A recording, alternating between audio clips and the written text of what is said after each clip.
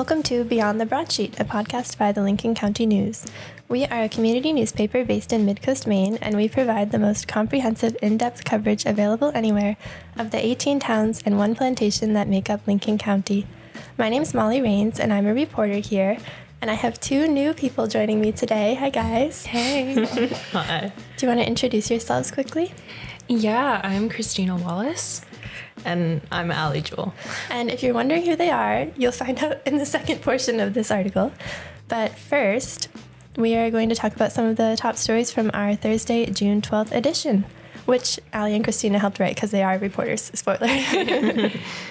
So, Christina, you had kind of a high-stakes story to start out your career here. Yes, I did. So I was covering the Wiscasset education budget that happened. It was an election.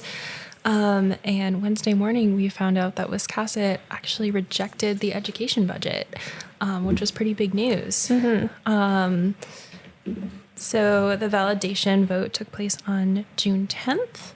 And it was a $10.9 million education budget, and it was rejected 281 to 206. And we were like, what does that mean?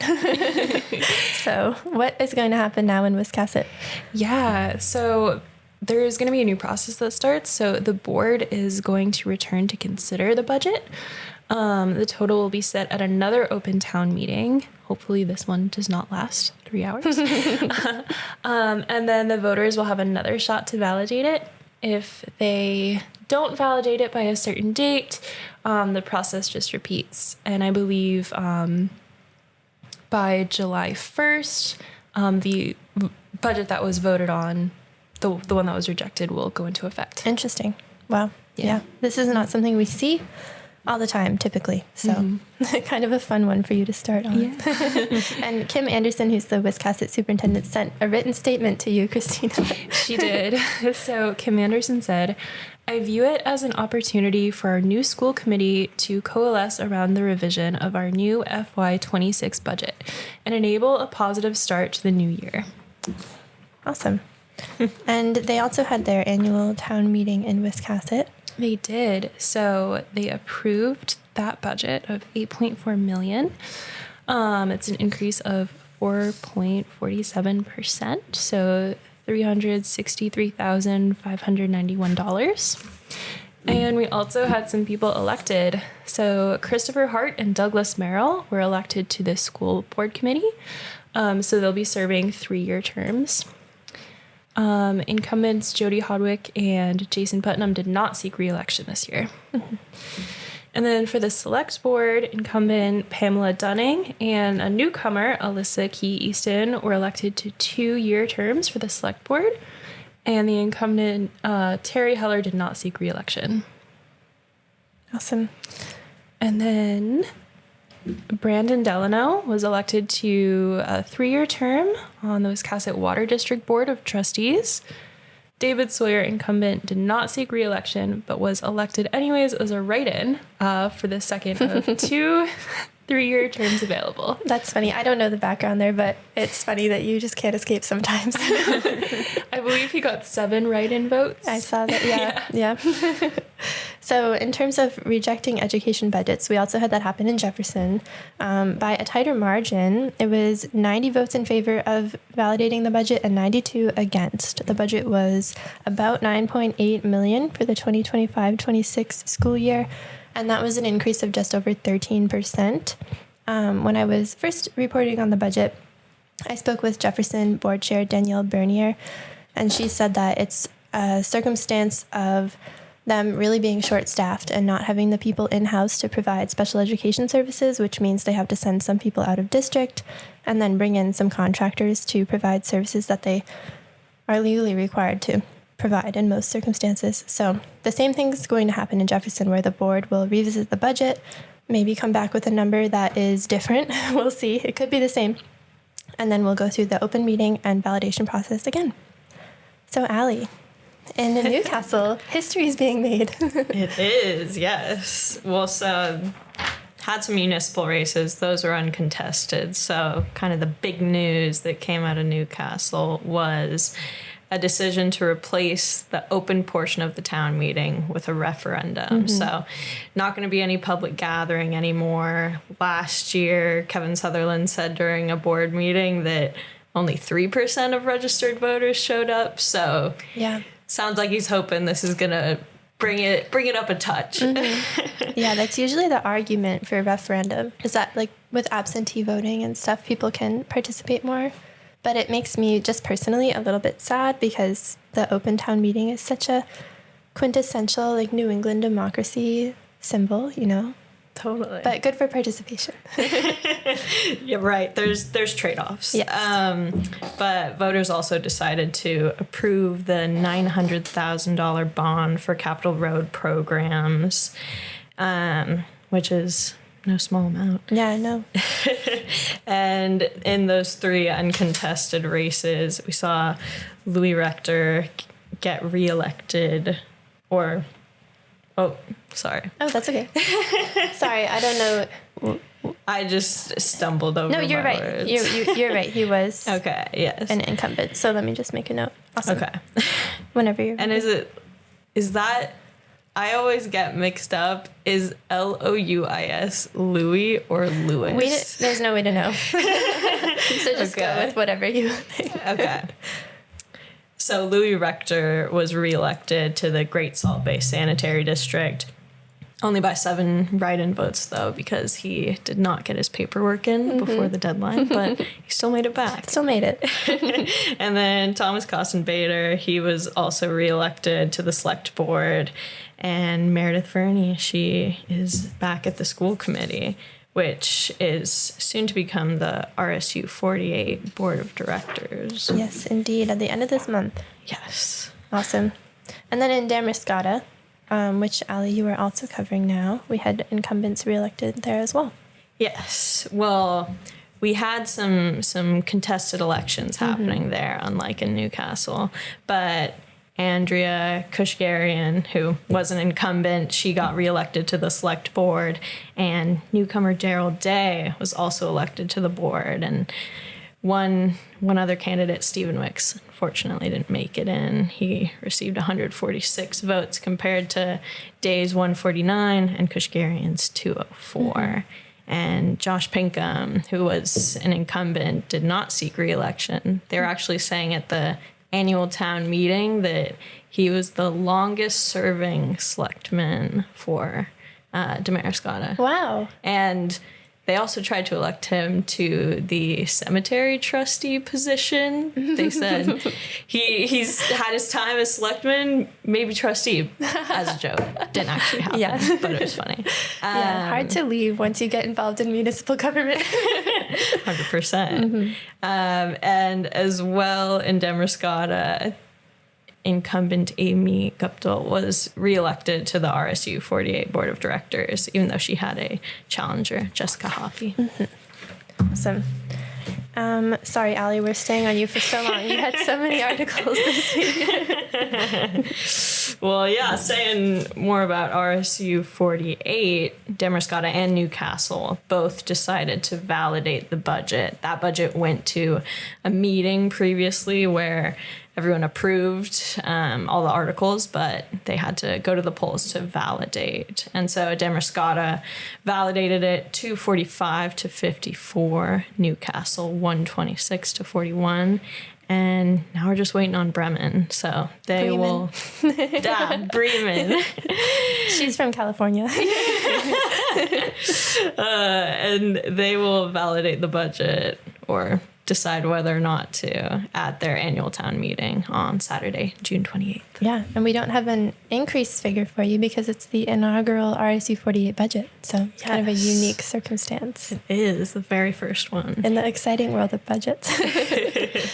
Yes, in Waldoboro, which I covered, there were more than 50 warrant articles at annual town meeting by referendum, and voters approved all but one. And the one that they didn't approve was a $6,000 appropriation to Midcoast Conservancy, which is a land trust organization and a conservation group. And without that $6,000, the municipal budget that Waldoboro voters approved totaled $8,510,226, an increase of just over 251,000 or about 3% over last year. And also at town meeting, they accepted the downtown master plan, which is a really, well, I shouldn't say really old, but 15-ish year old document defining what everybody hopes the downtown will become, which is very exciting and unfortunately still very relevant, even though it was made in 2011. But voters never approved it, so it doesn't have that much sway when it comes to grant applications. So now that the legislative body, or the people of Waldoboro, have approved it, they can use it to apply for grants. And they put a new ordinance on the books, a sex offender residency restriction ordinance, which will restrict the areas where people who've committed sex offenses against people younger than 14 can live, and that just restricts them from living around schools or public places where children gather, which is mostly parks. And then in RSU 12, which has 7 towns in it, Alna, Chelsea, Palermo, Westport Island, Whitefield, and Windsor, 70% of the voters approved the budget, which totals $28.6 million, an increase of $1.4 million or 5.16%. And in Somerville, which is the only town among those that I cover, the voters voted the budget down. Unfortunately, they were overruled because about 50 people came out to vote in the Somerville election, whereas 627 people throughout the district came out to vote. So Somerville's voting it down didn't end up having an effect. The district superintendent, Howie Tuttle, said that the fact that 70% of people came out to vote in favor of the budget was a vote of confidence, and he's looking forward to the year ahead. Christina, we worked hard to get all the results from the towns of RSU2. We did. Yeah. We were calling lots of town offices. Mm-hmm. But we did it finally. Yeah. And it looks like they validated the budget too. They did validate the budget. So $31.5 million they validated, which is an increase of $1.55 million or 5.18% from last year. So the towns in RSU2 are Dresden, Farmingdale, Hollowell, and Monmouth. Mm-hmm. And when, oh, sorry. No, it was validated 711 to 331. Yes. It's always an interesting day, the Wednesday after Tuesday elections, because we're reaching out to a lot of towns that we don't normally cover, towns outside Lincoln County, which usually we don't write about at all. So they don't know us and we don't know them. And we're like, please give us your election results. They're like, who are you? And we're not in Lincoln County. So it's always a bit of a crunch, but it gets done year after year.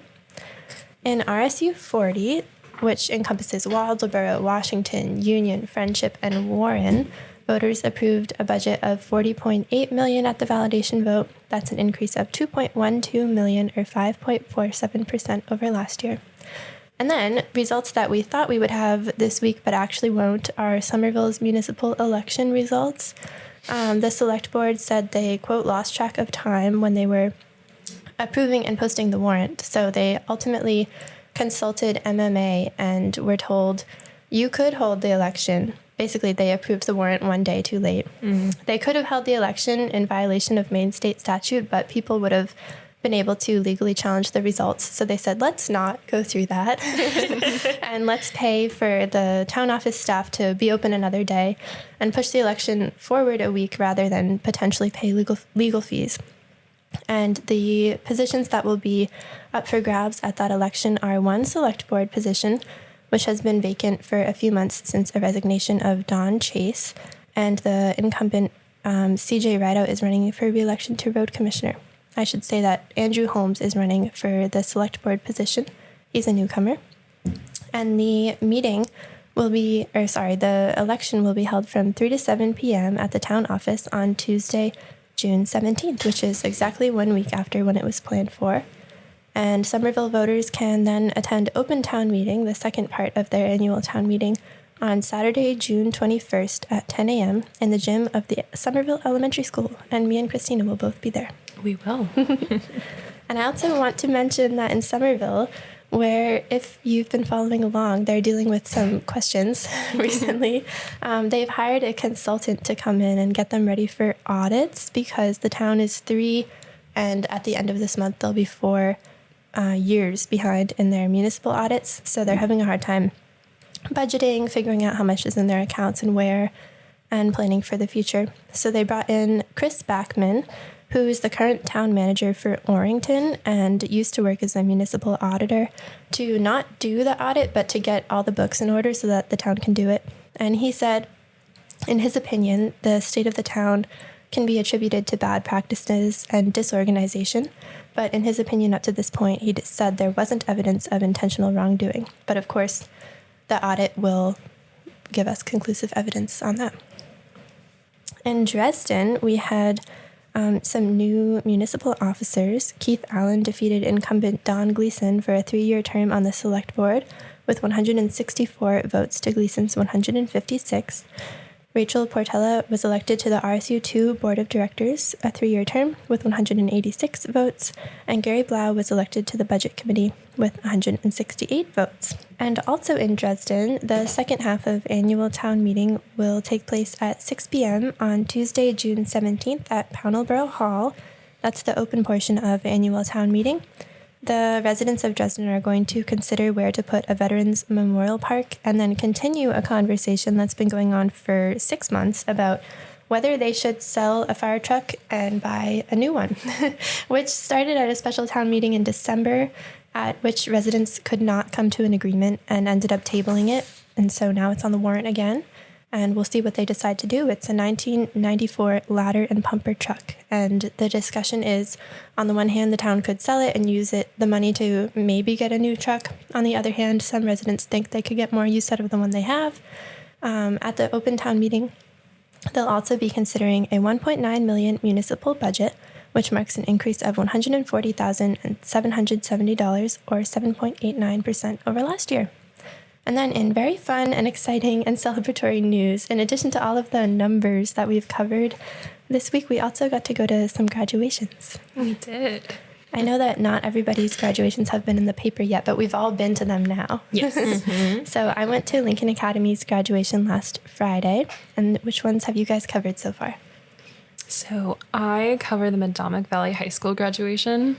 Yes, that'll be in next week's edition. Yes, it will. And I went to Central Lincoln County Adult Education graduation. Awesome. And we also had Nora, our intern, go to Wiscasset Middle High School's education graduation. And I don't know, I always have fun covering graduations because it's a good photo op. It's fun. It's hot usually, but Totally. And I got to ride in a school bus this week for when you graduate high school, personally, I didn't really think I'd get back in a school bus. So I was trying to really soak it in because I was going with Darlene Gilligan, who's been driving the bus in RSU 40 for 30 years and is retiring at the end of, actually, she's retiring as we record this right now on Friday. Oh, wow. She has driven multiple generations of kids. So as they were getting on the bus, she'd be like, I drove his mom to school. It was really sweet. And she also gives out hand crocheted stuffed animals to the kids. Oh, that's so sweet. I know. It's so cute. And they all love her. I was like, how do you guys feel about Miss Darlene retiring? And they were like, no, she's not retiring. Didn't they try to recruit you to be their next bus driver? They're like, you could do it. I was like, I don't have a CDL. Doesn't matter to them, though. So that was this week. It was a big week, and we had a lot of numbers. And it was a hard week for new reporters to start, which is what has been happening. So Allie, Juell, and Christina Wallace are our new reporters. Can you guys say which towns you are going to cover for the paper? Yeah, well, so I'm going to be covering Damariscotta, Newcastle, Whitefield, and then Newcomb. I'm going to be covering Nobleboro, Bremen, Bristol, and South Bristol. Awesome. So how did you guys wind up here? This is a kind of niche place to work. Journalismjobs.com. Yeah. Oh, yes. Yeah, I guess me too. I recently graduated from UMaine in May, where I studied music and journalism. And so I was looking for jobs and I saw this, and I used to vacation in this area with my family when I was growing up. And so I thought, hey, this sounds like a really good opportunity. So I sent in an application and had an interview and really liked it. And yeah, the rest is history. And here I am. Awesome. Christina, where are you from? I'm from Enfield. Awesome. Right here in Mainer. Maine. Yep. Yeah. Allie, how did you wind up here? Well, so I am decidedly not a Mainer. I grew up in California, just graduated from UT Austin down in Texas. And so gotten a lot of questions of how does a girl from Austin, Texas end up in Maine? And yeah, just out of graduation, I applied to come to Lincoln County News and just really loved getting to talk with everyone on staff. I felt like it was a great place to land post-grad. So yeah, I'm learning a lot. I've been advised to watch Gilmore Girls to, absolutely. get up to date on the municipal scene here. Oh my gosh. Wait, I haven't seen Gilmore Girls. Is it? Really? I know it's set in New England, right? It is. It's set in Connecticut, I'm pretty Yeah, sure. it is. Okay, so that's like the fun intro to local government. That I have received multiple recommendations, so I guess Wow. so. Gilmore Girls is my emotional support show. It's especially really good around the fall when the leaves start turning colors and like you can get in that kind of like hometown zone. Oh my gosh, I'm making a note. Watch Gilmore Girls. Yes. Top of your to-do list. So I'm curious, just as your new peer, if you guys have always been interested in journalism or how you discovered your interest in it. Yeah, I mean, I was definitely one of those kids who was always way better at, English and history than science or math. And so I knew I wanted to be a writer, and I kind of figured out in high school after I joined the newspaper that, okay, I think I'm going to try to do this for the rest of my life. Yeah. So yeah, that's kind of how I landed here. Wow. Yeah, I'm kind of in the same boat as you, where growing up, I was always good at reading and writing, not so great at math and science. Yeah, I would always score like really high on writing tests, and it's something that I love to do, and I would do a lot of creative writing in my free time. And then I got really involved in like the community and politics and things like that, and I discovered that I loved being involved in the news. And so, yeah, I decided to pursue it in college and found out that I really loved it. The majority of my experience in journalism is actually in investigative journalism. So I've done some work with Bangor Daily News, ProPublica, things like that. So, yeah. Can you elaborate on that? I'm curious about what projects you've been involved on. Yeah, absolutely. So I've done 4 major investigations in my time at UMaine, but I ended up doing freelance work for the Bangor Daily News under a reporter who's doing a fellowship with ProPublica on evictions happening in Maine in public housing, basically like evictions where like the property did not take proper precautions to evict tenants and things like that. So it was a lot of court documents. Yeah. I learned how to read court documents very fast. Wow. Yeah. It was definitely like learning a new language. But it was definitely worth it. Going over budgets a lot, I learned how to read 990 forms. That a lot of numbers. So yeah, it's a lot of that tedious stuff. But also like getting to talk to so many people and be able to spend more time on a story where you can really dig in and get a lot of details. Yeah, definitely. It's funny that you both said that you're interested in journalism in part because you've always been more into writing than math and science, and we just spent like 20 minutes talking about numbers. So That's very true. I guess it is that time of year. At least like all we really had to do was plug in some numbers. Yeah, We didn't have to do the math on that. Not much calculation. Yeah. Once in a while, I'll get like a budget document from a town and they haven't, it's like the raw spreadsheet or something, maybe ahead of the official one. And I'm like, oh gosh. And then you really have to go through with the calculator. Hey, Excel is super helpful and That's things true. like that. That's true. Lifesaver. Yeah. Yes. Do you guys have any goals in mind for your first few months here at LCN? And for people who are listening, it is their 5th day on the job. It's Friday and they started on Monday, so it's been kind of a rapid crash course. Yeah, I mean, I just really want to grow as a reporter and learn as much as I can. A lot of the things that I've done have been like bigger, widespread projects where I've had a lot more time to work on it. So I'm really excited to learn more about covering more smaller stuff like budgets and things like that, because I think if you can do the small stuff really well, you can do the big stuff really well. And so that was just an area of my education that I was kind of lacking in when it came to journalism. So I'm really excited to be able to grow in that and also cover some really awesome places here in Maine. The coast is my favorite place ever. And so I'm really excited to be able to cover events and people like that here. Awesome. Totally.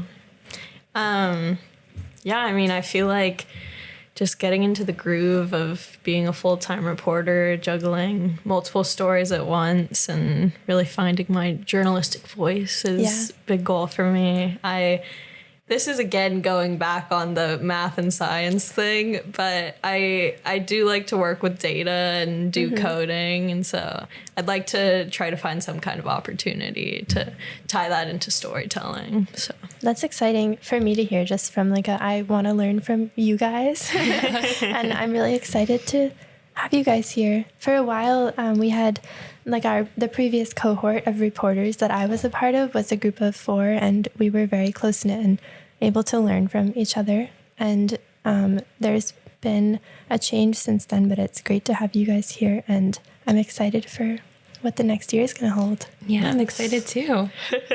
I also wonder like what data journalism and like what investigative reporting could look like here in Lincoln County, because we're such a community newspaper, but there definitely is room for those things and probably a need, I would say. So I think you guys will definitely have opportunities to do those things.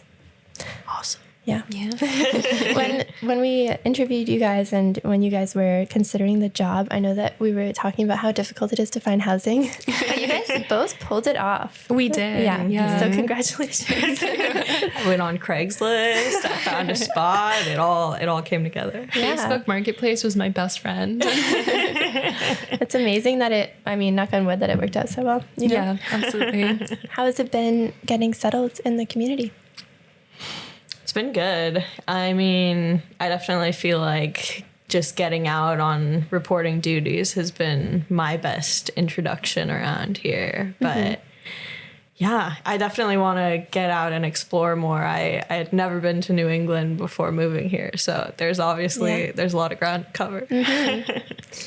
It's been really nice to find like little hiking trails that I love, or little swimming holes that I love, things like that. All of those like hidden places that are kind of tucked away, places to take my puppy on a walk and things like that. So it's been a lot of exploring, just getting to know the area, and kind of like you, Allie, like driving around on my assignments has been really helpful, especially when it comes to places that are farther away, like Bristol and things like that. So Yeah, we cover a lot of ground, a lot of miles. yeah, we do. It's good for looking out the window and being like, I should hike there. Yeah. Awesome. Is there anything else you want people to know about you guys as you get introduced to the community? Just that I'm excited to learn more, and I'm excited to just participate in the whole Mainer experience. Yes. Yeah, I'm excited to build relationships with people and, really get to meet a lot of interesting people and cover that hometown topics that everyone loves to read. Yeah, definitely. It's the perfect time of year for you guys to start. Well, except for it being town meetings. I'm sorry. After this week, it'll be the perfect time for us to start. Yeah, on Tuesday night, I texted them and I was like, guys, don't worry. Wednesday's not going to be that bad. And then we came in and I was like, wait, it's Wednesday, the second Wednesday in June. Haha. So it's been great. But thank you guys so much for being here. Thanks for having us. Yay. Good stuff. Thank you for listening to Beyond the Broadsheet, a podcast by the Lincoln County News. Production support is provided by Tyler Davis of Tyality Productions. Theme music by Stu Mahan and Sherwood Olin. Have a question or a suggestion? Email us at info@lcnme.com. And if you haven't already, please be sure to rate and subscribe to this podcast wherever you listen. This has been a Lincoln County Publishing Company production.